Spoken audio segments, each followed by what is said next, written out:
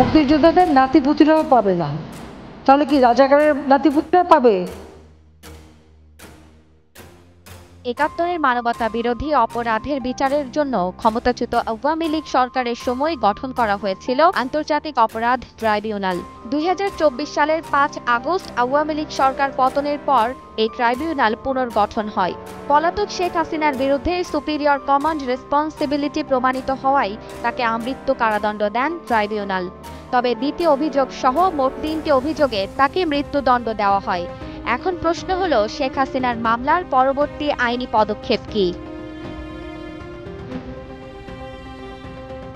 আইন সংশ্লিষ্টরা বলছেন, আইনি প্রক্রিয়ায় এটি এখনও শেষ ধাপ নয়।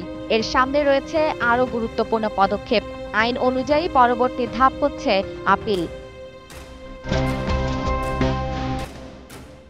আন্তর্জাতিক অপরাধ আইন ১৯৭৩ অনুসারে ট্রাইব্যুনালের রায়ের বিরুদ্ধে যে কোনো দণ্ডপ্রাপ্ত ব্যক্তি সুপ্রিম কোর্টের আপিল বিভাগে আপিল করতে পারেন। একইভাবে রাষ্ট্র বা অভিযোগকারী পক্ষ রায়ের বিরুদ্ধে আপিল করতে পারে।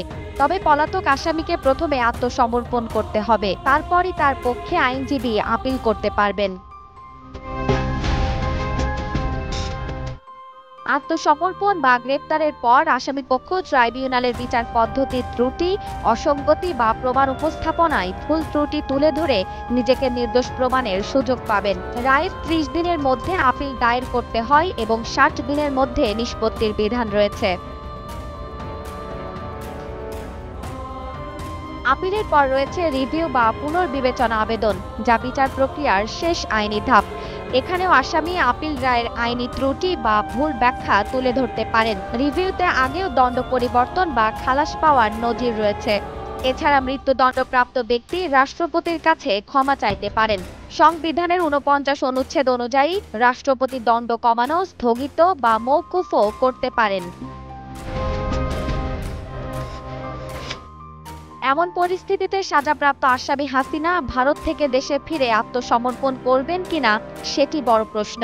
বাংলাদেশের আহ্বানে বন্দি বিনিময় চুক্তি মেনে ভারত হাসিনাকে ফেরত পাঠাবে কিনা সেটিও অনিশ্চিত। তাই মৃত্যুদণ্ডপ্রাপ্ত আসামি শেখ হাসিনা আগামী ৩০ দিনের মধ্যে আদালতে উপস্থিত হয়ে আপিল করবেন কিনা সেই অপেক্ষা করতে হবে আগামী ১ মাস। জেরিন জামান, গ্রিন টিভি, নিউজ ডেস্ক।